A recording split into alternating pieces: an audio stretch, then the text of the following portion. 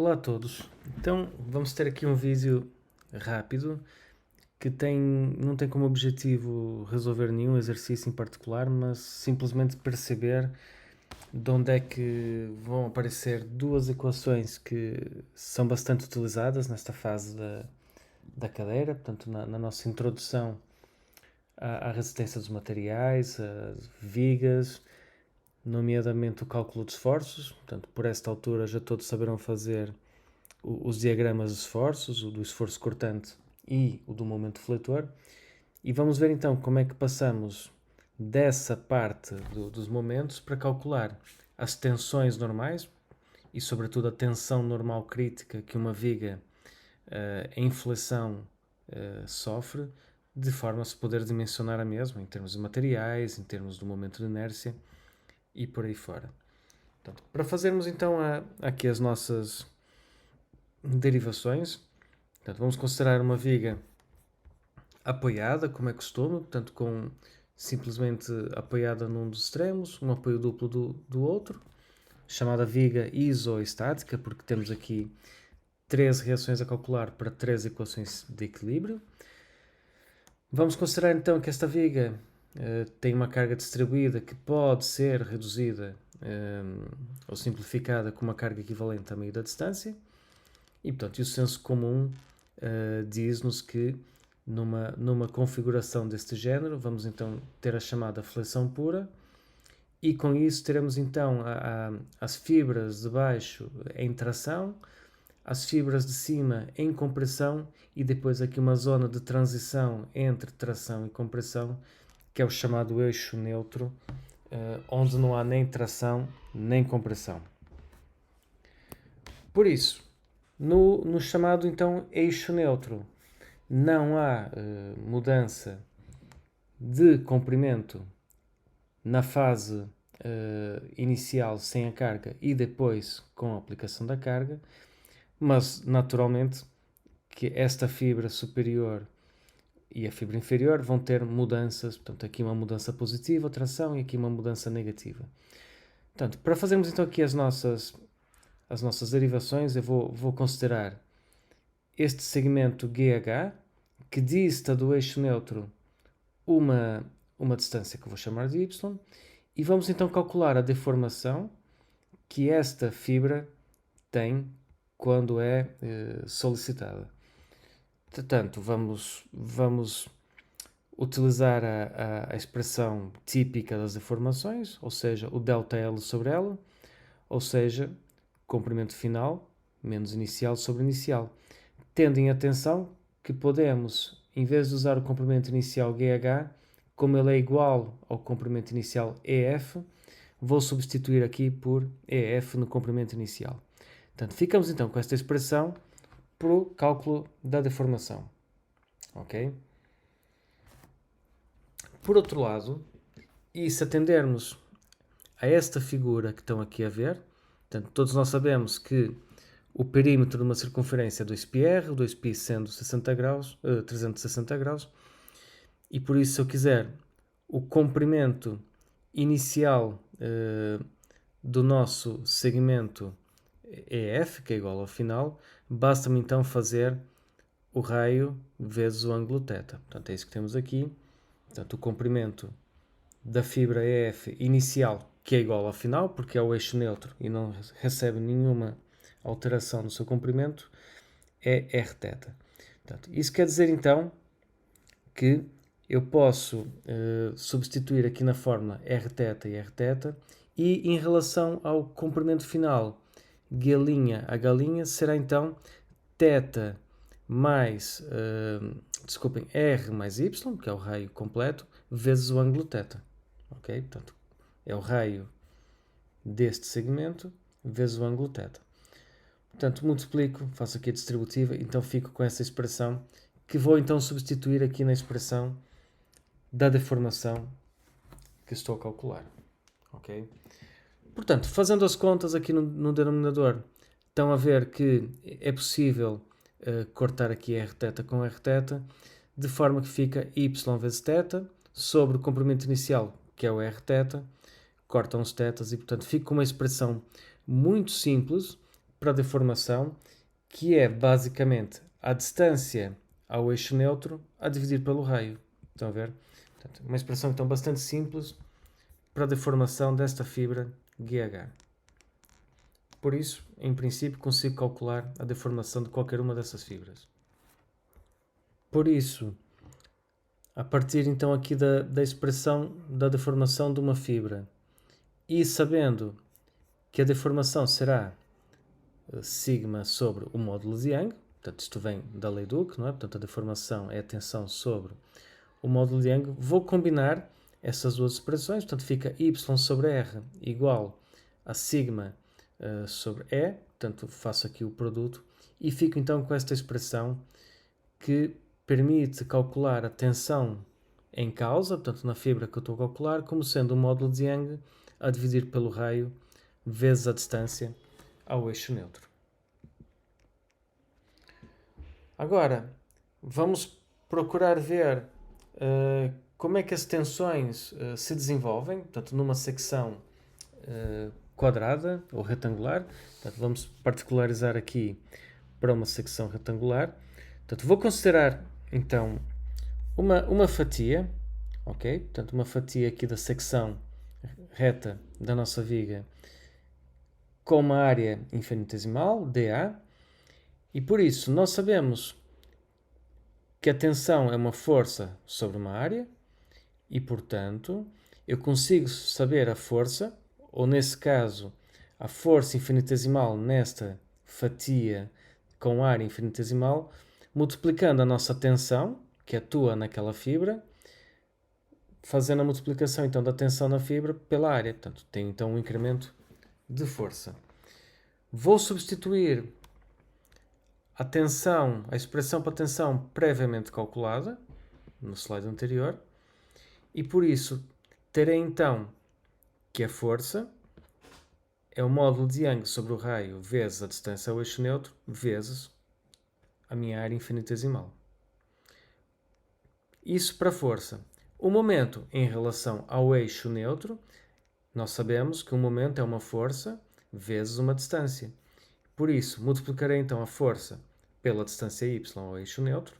Vou substituir então esta expressão para a nossa força, ou incremento de força infinitesimal, na expressão do incremento do momento. E o que é que vai resultar aqui? O módulo de Young sobre o raio, y ao quadrado, temos aqui uma dupla contribuição da distância y, dA. Pronto. Para aqueles que já falaram de momentos de inércia, vão identificar que o integral de y ao quadrado dA dá o momento de inércia, ou o integral da área, ou o segundo integral da área desta secção. Portanto, mais conhecido por momento de inércia da área. E por isso é isso que a gente faz. Portanto, se agora generalizarmos da nossa fatia para a secção toda, eu aplico o integral em ambos os membros da equação, retiro para fora do integral aquilo que é constante e fico então com o momento a ser o módulo de Young sobre o raio vezes o momento de inércia. Pronto, o momento de inércia por uma secção retangular, que será a base vezes a altura ao cubo sobre 12. Mas para isso teremos outros apontamentos e a outra parte da matéria. E por isso consigo então ter aqui uma expressão que relaciona o momento aplicado, o momento de inércia da secção, da área, portanto só depende das características geométricas, e isso então é equivalente ao módulo de Young sobre o raio. Se eu agora for combinar esta expressão com a expressão que obtivemos mais atrás, portanto o sigma sobre o y é o módulo de Young sobre o raio, portanto a expressão que foi chamada de 2. Se combinar agora com a expressão obtida aqui na equação 4, eu fico aqui com uma igualdade que envolve 3 frações. Quer dizer que posso tanto relacionar o momento e a inércia com o módulo de Young e o raio, como posso relacionar com a tensão e a distância ao eixo neutro. Pronto, e será então esta parte que nos interessará mais e a parte que aparece normalmente nos livros sem grande explicação prévia, mas será isto. Portanto, quer dizer que ao fim e ao cabo, para calcular a tensão em qualquer fibra da viga que está a ser flexionada. Basta saber então o momento fletor que ali atua, a distância do eixo neutro e divido pelo momento de inércia da secção. Portanto, naturalmente, o que é que vemos aqui? Portanto, passamos, como referido, de tensão para compressão, havendo aqui o eixo neutro, onde não atua tensão e, portanto, não há deformação. Naturalmente, também percebe-se por aqui que o ponto crítico é sempre nas fibras superior e inferior, em termos de tensão e compressão. Vai depender da inércia, portanto, quanto maior a inércia, quanto maior a secção, quanto mais robusta a secção, menor a tensão. E claro, a jogar contra isso, portanto, vai aumentar o valor da tensão instalada, naturalmente o momento aplicado e a distância ao eixo neutro. Portanto, crítico dos críticos, então, será olharem para o vosso diagrama de momentos fletores, que fazem por uma viga, identificam o ponto desse diagrama onde o momento fletor é máximo e depois vão calcular no ponto onde a distância ao eixo neutro é máxima. Portanto, que será, se for uma secção retangular, um meio da altura total. Portanto, essa então é a equação que permite determinar as tensões. Vamos agora passar para a equação que se chama equação da linha elástica ou a equação diferencial da elástica será o termo mais comum. Portanto, que é a equação que nos irá permitir calcular a deflexão máxima que uma viga sofre quando está sob flexão. Portanto, aqui uma vez mais, vamos considerar uma viga sob flexão pura. Eu vou atender aqui, por exemplo, esta fibra AB que está a ser tracionada. Portanto, vamos assumir então que é uma viga com comprimento S e, portanto, isto é um comprimento infinitesimal S que tem um centro de curvatura definido pelo ponto C, aqui um ângulo θ, portanto, uma distância R. Okay? Portanto, muito similar ao exercício anterior. Vamos fazer aqui algumas simplificações. Em primeiro lugar, estamos em elasticidade linear, portanto, isso já sabem que na mecânica dos sólidos, para essas deduções, temos sempre ido por aí. E vamos também fazer aqui outras simplificações, portanto, que para ângulos muito pequenos, portanto, temos que ter em conta que isto é altamente exagerado, mas isto é um comprimento de arco infinitesimal, portanto, e para valores de fato muito pequenos, a tangente do ângulo equivale ao valor do próprio ângulo. E ao mesmo tempo, isso também muito exagerado, mas se for um arco muito pequeno, nós podemos também aproximar, com algum erro, mas um erro aceitável, o comprimento de arco ao próprio comprimento segundo x. Ora bem, nós sabemos então que o comprimento deste arco ds é dado então pelo raio vezes o ângulo θ, portanto, isto vem da fórmula do perímetro, e por isso, se derivar esta expressão de ds em ordem a θ, portanto, obtenho o raio. Portanto, invertendo isso, ficamos então com uma expressão que dá o dθ ds, 1 sobre o raio. Okay? Vamos então guardar esta expressão. E ao mesmo tempo, portanto, isto é mais que óbvio na vossa fase da vida, portanto, o ângulo θ, a tangente do ângulo será o dy dx. Portanto, quer dizer então que, recorrendo a esta aproximação, eu posso dizer então que o θ é dy sobre x. Portanto, se eu combinar o θ com dy dx e, no caso, dθ dx a 1 sobre o raio, portanto, reparem que era dθ ds, mas como ds é igual a dx, vou fazer então dθ dx igual a 1 sobre o raio. Portanto, se combinar essas duas expressões, portanto, substituo aqui o θ por dy dx e, portanto, fica d dx de dy dx. Portanto, d2y dx ao quadrado igual a 1 sobre o raio. Tá bem? E a partir então daqui, desta expressão, que vamos buscar a última expressão dos nossos slides anteriores, portanto, que era esta, e reparem que eu consigo isolar o termo 1 sobre o raio, portanto, passo o módulo de Young para cá, fica m sobre i igual a 1 sobre o raio. ok? Portanto, desta expressão, portanto, não vou ligar aqui ao sigma sobre y, o módulo de Young passa para aqui e fica então m sobre i, 1 sobre o raio. Já agora, o EI é aquilo que se chama a rigidez da viga, portanto é um termo bastante conhecido dos engenheiros civis e mecânicos e outros, não é? Tudo que envolve a resistência dos materiais, porque é um termo que combina o material e a inércia. O material aumenta a resistência na medida em que passamos uma madeira que tem um módulo de Young muito mais baixo que um aço, por exemplo, e portanto é uma forma no projeto de melhorar a resistência, portanto aumento o módulo de Young do material, mas uma outra forma é aumentar o tamanho, as dimensões da secção, aumentando o tamanho de inércia também. Portanto, geralmente um projetista tem sempre a opção de melhorar o material ou melhorar a geometria, ou quando tem limitações de projeto, ou de material ou de geometria, tenta jogar com o outro. Pronto, long story short, então vamos combinar este termo m sobre i com a expressão que obtivemos do 1 sobre o raio para obter então aquilo que nós chamamos da equação diferencial da linha elástica. Portanto, para que é que esta equação então vai servir? Portanto, se eu fizer a primeira primitiva desta equação, portanto, vou obter o θ. Portanto, o que é que o θ vai dar?